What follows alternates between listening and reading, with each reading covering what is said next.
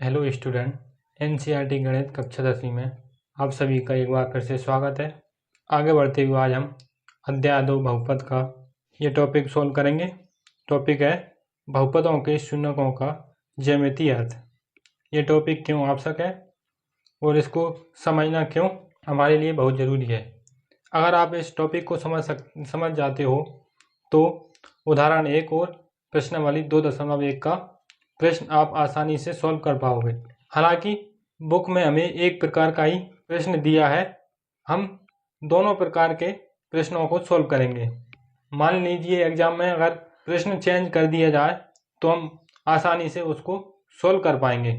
तो हम बहुपदों के शून्यकों को ग्राफ की मदद से निकालेंगे। आपको एक बहुपद दिया जाएगा और उसमें कहा जाएगा इसके शून्यक निकालिए, तो हम ग्राफ की मदद से उसके शून्यक निकालेंगे। हमें ग्राफ भी उसी प्रश्न में दिया रखा होगा जिसके हम शून्यक निकालेंगे। शून्यक निकालने के लिए हमें ग्राफ बहुत आवश्यक है, तभी हम उसके शून्यक निकाल पाएंगे। तो हमें एक प्रश्न दिया रखा है, जैसे बुक में है y बराबर पी एक्स। इस तरीके से हमें एक प्रश्न दिया रखा है। पी का मतलब होता है पॉलिनोमियल, मतलब बहुपद। पॉलिनोमियल का पी हमने यहाँ लिखा है, और एक्स यही हमें बहुत ज़रूरी है। अगर यहाँ y होता है और x होता है तो ये प्रश्न चेंज हो जाएगा। अगर जहाँ x है तो हमें x अक्ष देखना पड़ेगा। अब x अक्ष पर ग्राफ कितनी बार काटा है, उसी के अनुसार हम उसके शून्यक बता सकते हैं। जैसे हम एक ग्राफ लेंगे इस तरीके का, अगर इसमें पूछा जाए इसके शून्यक बताइए। अब शून्यक कैसे बताएंगे, हम जैसे x है, अब x बारे हम x अक्ष को देखेंगे। जो x अक्ष है इसको हम देखेंगे इसको कितनी बार काटा है।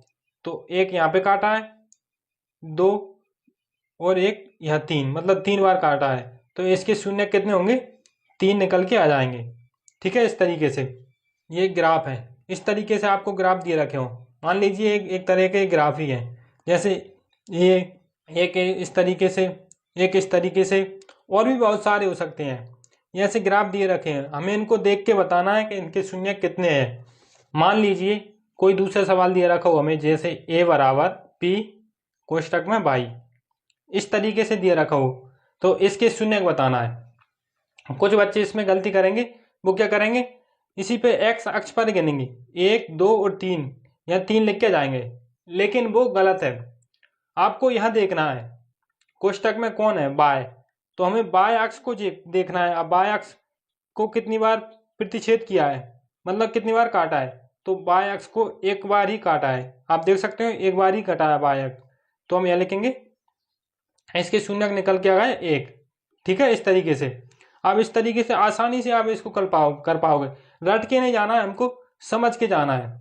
अगर आप समझोगे तभी आप इसको कर पाओगे। अगर मान लीजिए आप रट के जाते हो, यह नहीं देखते हो, तो आप इस पर ही गिन दोगे, जैसे 1, 2, 3, तो आप 3 लिख के जाओगे, जो कि गलत है। हालांकि हमारे सिलेबस में ये इस तरीके प्रश्न नहीं दिया रखा है, केवल एक ही प्रश्न दिया रखा है इस तरीके से, लेकिन फिर भी हमको रटना नहीं है। मान लीजिए एग्जामिनर का मूड हो और उसने प्रश्न को चेंज कर दिया और इस तरीके से दे दिया रखा हो, तो हम इसको आसानी से सॉल्व कर पाएंगे। और अगर आप इसको समझ लेते हैं तो उदाहरण 1 और प्रश्नावली 2.1 का प्रश्न आप आसानी से सॉल्व कर पाओगे।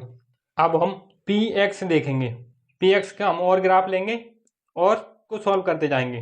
हमने जैसे एक ग्राफ लिया इस तरीके से, तो हमें x का बताना है, मतलब x अक्ष पे बताना है। ठीक है, इस तरीके का प्रश्न सॉल्व कर रहे हैं हम।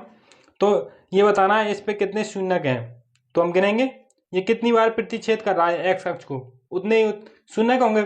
तो एक यहाँ, एक यहाँ और एक यहाँ, 1, 2 और 3, तो इस ग्राफ में कितने शून्यक होंगे, तो 3 शून्यक होंगे।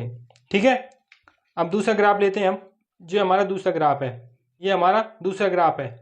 अब हम फिर से x अक्ष को देखेंगे, तो x अक्ष ये है, इसको कितनी बार प्रतिच्छेद किया, तो केवल एक बार प्रतिच्छेद किया है यहाँ पे, तो हम इसके शून्य कितने निकल के आ गए, 1 निकल के आ गया।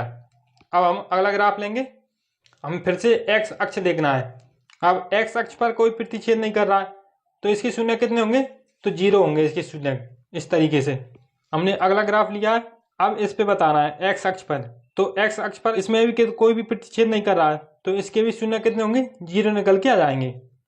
ठीक है, आई होप आपको अच्छी तरीके से समझ में आया होगा।